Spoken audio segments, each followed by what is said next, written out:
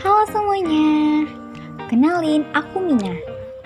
Kalian pernah dengar istilah koloid? Atau kalian mungkin udah tahu apa sih yang dimaksud dengan koloid? Nah, buat kamu yang penasaran apa itu koloid, yuk kita mengenal lebih jauh tentang koloid. Simak video berikut ini ya.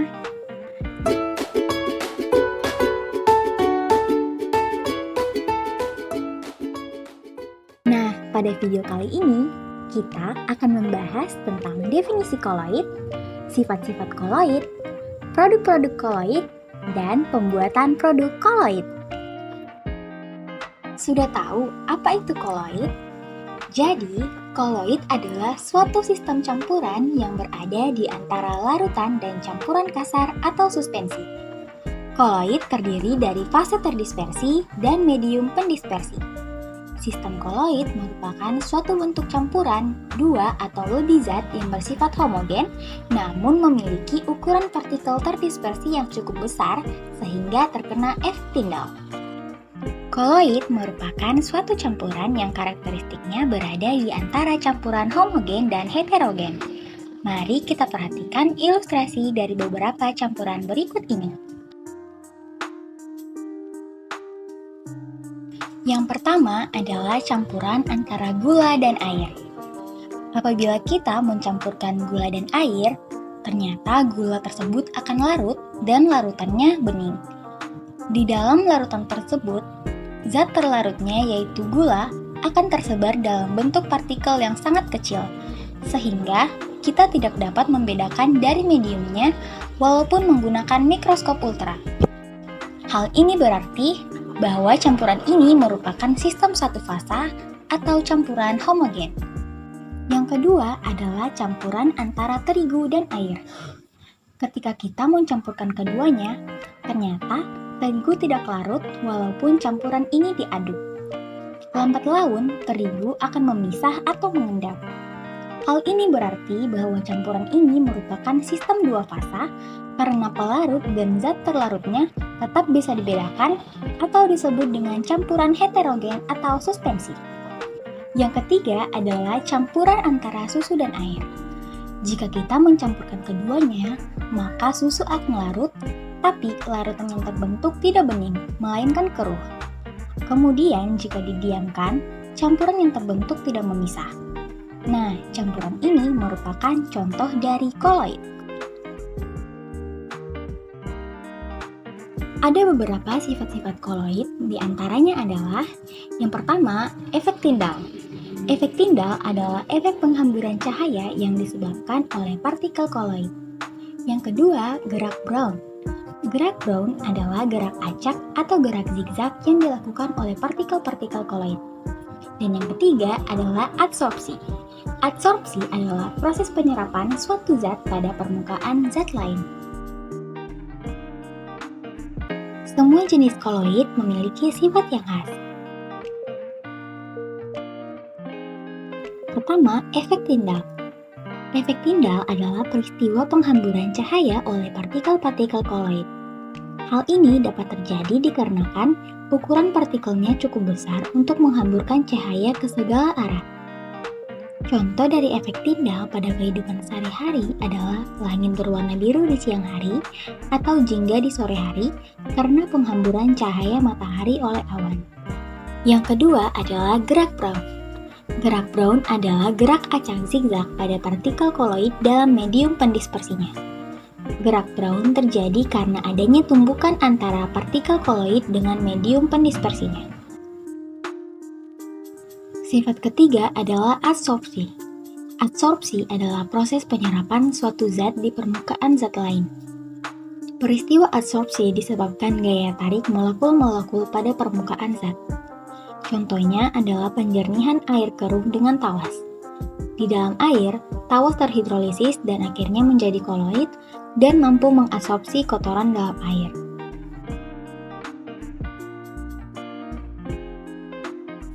Nah, setelah kita mengetahui dan mempelajari apa sih itu koloid, teman-teman penasaran nggak sih apa aja yang termasuk dalam produk koloid? Ada berbagai macam jenis produk yang berupa koloid dan dapat digunakan dalam kehidupan sehari-hari. Misalnya, yang pertama ada liquid aerosol. Koloid liquid aerosol banyak digunakan dalam spray atau penyemprot dalam parfum. Kemudian, beberapa jenis penyemprot insektisida dan pembasmi serangga juga menggunakan koloid ini. Yang kedua ada solid aerosol. Asap yang terjadi secara alami ataupun asap secara buatan di mana suatu partikel padatan akan terdispersi di udara. Adanya debu yang berterbangan di udara juga merupakan jenis bagian dalam kajian koloid solid aerosol. Yang ketiga ada foam.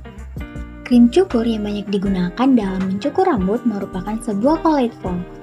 Selain itu, saat membuat kue, whipping cream yang digunakan juga merupakan sebuah koloid foam, di mana koloid ini tersusun atas fasa gas yang terdispersi dalam liquid. Oleh karena itu, dalam membuatnya terlebih dahulu harus mengocok dengan teratur sehingga molekul gas dapat masuk ke dalam liquid. Yang keempat, emulsi. Emulsi merupakan koloid dengan zat terdispersi liquid dengan medium pendispersinya juga berupa liquid. Koloid ini banyak dijumpai dalam berbagai jenis lotion kosmetik yang biasa digunakan setiap hari. Kemudian, mayonaise dan susu murni juga merupakan sebuah emulsi cair. Yang kelima, gel. Dalam bentuk gel dapat ditemukan dalam kehidupan sehari-hari, misalnya mentega yang ditambahkan saat memakan roti. Lalu banyak juga produk jelly yang biasa kita konsumsi yang juga merupakan contoh dari gel. Secara teori, gel merupakan koloid yang terbentuk dari liquid yang terdispersi dalam medium pendispersi solid. Yang keenam, sol. Sol merupakan jenis koloid yang hampir sama seperti larutan, yakni fasa solid yang terdispersi dalam liquid. Perbedaannya hanya dalam koloid fasa solid tidak terlarut atau masih ada dalam bentuk solid. Sedangkan pada larutan, fasa solid terlarut secara sempurna sehingga tidak terdapat padatan. Contoh sol yang paling mudah ditemui adalah cat tembok yang biasa digunakan dalam pembangunan rumah. Kemudian, tinta yang juga digunakan dalam printer. Dan yang terakhir ada sol padat. Sol padat adalah koloid yang tersusun dari zat padat sebagai zat terdispersi maupun medium pendispersinya. Contoh koloid sol padat adalah gabus atau styrofoam dan juga bantal yang kita gunakan untuk tidur. Nah, teman-teman udah pada tahu kan apa saja yang termasuk dalam produk koloid? Sebelumnya teman-teman penasaran nggak sih bagaimana pembuatan koloid? Selanjutnya kita akan membahas proses pembuatan koloid. Jadi simak video berikut ini ya. Pembuatan koloid secara dispersi dapat dilakukan dengan memecah partikel yang kasar menjadi partikel koloid. Proses pembuatan koloid secara dispersi ini dapat dilakukan melalui 3 cara, yaitu mekanik, peptisasi, atau dengan loncatan bunga listrik atau busur Bredig. Oke, kita bahas satu-satu ya. Yang pertama, dispersi langsung atau mekanik. Menurut cara ini, ukuran partikel yang kasar dapat diperkecil dengan menggiling atau menggerus partikel tersebut sampai ukuran tertentu, kemudian diaduk dengan medium dispersi. Sebagai contoh, itu adalah menggerus serbuk belerang yang dihaluskan bersama-sama dengan kristal inert atau gula pasir secara berulang-ulang dan kemudian ditambahkan air untuk kemudian menjadi sol belerang. Selanjutnya adalah dengan cara peptisasi. Proses peptisasi adalah proses pembuatan koloid yang dilakukan dengan cara memecah partikel-partikel kasar atau suatu endapan dengan bantuan zat pemecah. Sebagai contoh adalah karet bisa dipeptisasi oleh bensin, agar-agar yang dipeptisasi oleh air, nitroselulosa oleh aseton, dan begitu juga endapan NiS dapat dipeptisasi oleh H2S. Yang terakhir adalah busur Bredig. Busur Bredig adalah suatu alat khusus yang digunakan untuk membentuk koloid logam. Proses ini dilakukan dengan cara meletakkan logam yang akan dijadikan koloid sebagai elektroda dalam medium dispersi. kemudian diberi arus listrik yang cukup kuat pada setiap ujung-ujungnya, sehingga terjadi loncatan bunga api listrik. Mula-mula, logam atom akan terlempar ke dalam air. Lalu, atom-atom tersebut akan mengalami kondensasi sehingga akhirnya membentuk suatu koloid. Jadi, bisa dikatakan jika cara Bosur-Bredig ini merupakan gabungan antara cara dispersi dan kondensasi. Nah, setelah kita membahas proses pembuatan koloid, sekarang kita akan membahas tentang efek Tyndall dan gerak Brown.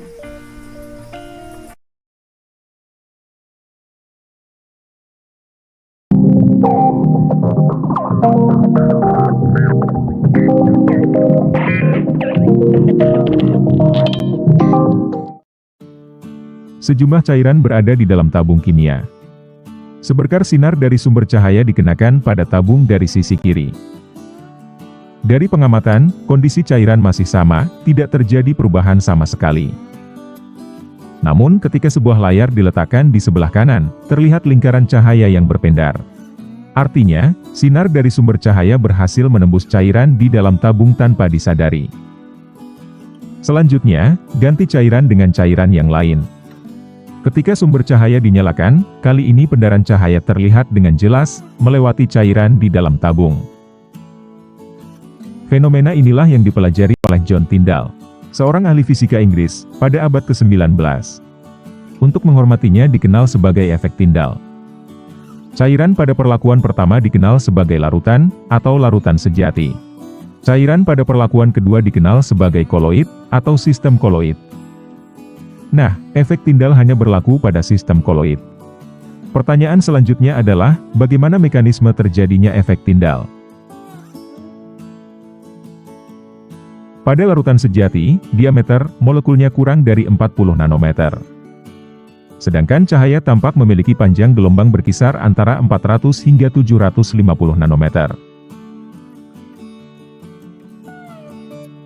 Anggap saja molekul larutan memiliki diameter 5 nanometer. Dan, sinar yang melalui larutan adalah 500 nanometer. Artinya, panjang gelombang sinar 100 kali lebih besar bila dibandingkan dengan ukuran molekul. Sehingga, dalam penjelarannya hampir semua sinar dapat melalui larutan tanpa interaksi. Sinar ini kemudian sampai di layar dan terjadilah pemantulan difus dan spekular, yang menyebabkan sinar sampai di mata pengamat. Terlihatlah sinar di layar dengan jelas oleh pengamat. Sedangkan sinar yang melalui larutan sinar sejati tidak terlihat. Pada sistem koloid, diameter molekulnya adalah di antara 40 hingga 900 nanometer.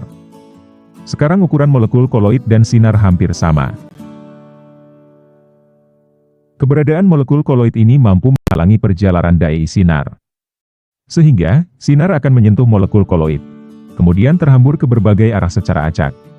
Nah, mata pengamat akan mampu menangkap sinar yang terhambur ini. Sehingga, cahaya terlihat dengan jelas melalui sistem koloid. Berdasarkan percobaan ini, kita bisa mengambil definisi terkait efek Tyndall. Efek Tyndall adalah gejala penghamburan berkar sinar atau cahaya oleh partikel-partikel koloid, yang disebabkan karena ukuran molekul koloid yang cukup besar.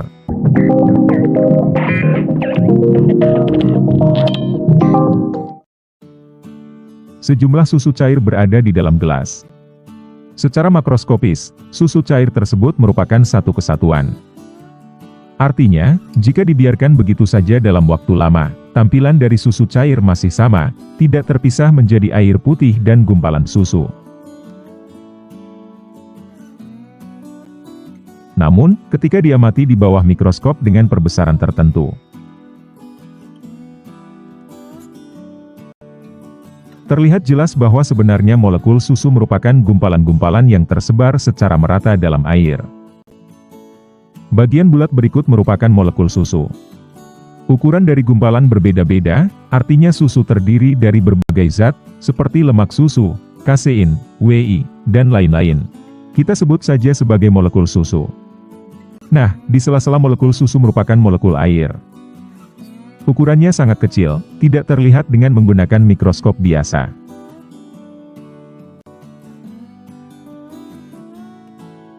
Dari sisi koloid, zat terdispersi, molekul susu, merupakan zat cair. Dan zat pendispersi, air, juga merupakan zat cair. Sehingga susu cair merupakan koloid yang berwujud emulsi.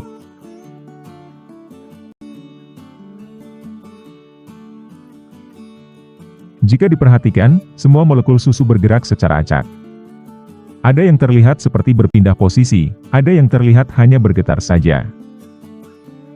Tergantung ukuran dari molekul susu. Semakin kecil ukuran molekul susu, gerakannya cenderung berpindah lokasi.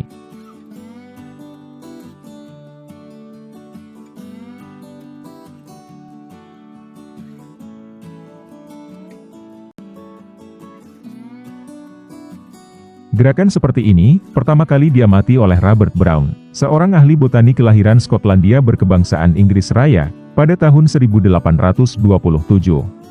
Namun, Brown tidak mampu menjelaskan mekanisme yang menyebabkan gerakan ini. Sekitar 78 tahun kemudian, Albert Einstein, pada tahun 1905 berhasil memberikan penjelasan secara ilmiah.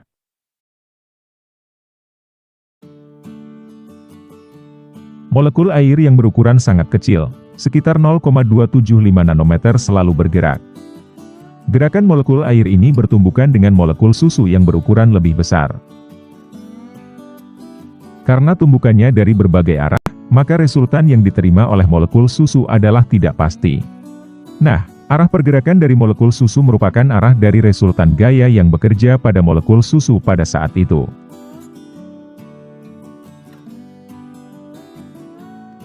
Berikut adalah animasi dari pergerakan sebuah molekul susu di dalam kumpulan molekul air. Karena partikel koloid, dalam hal ini molekul susu selalu bergerak, maka susu cair tidak akan pernah menggumpal.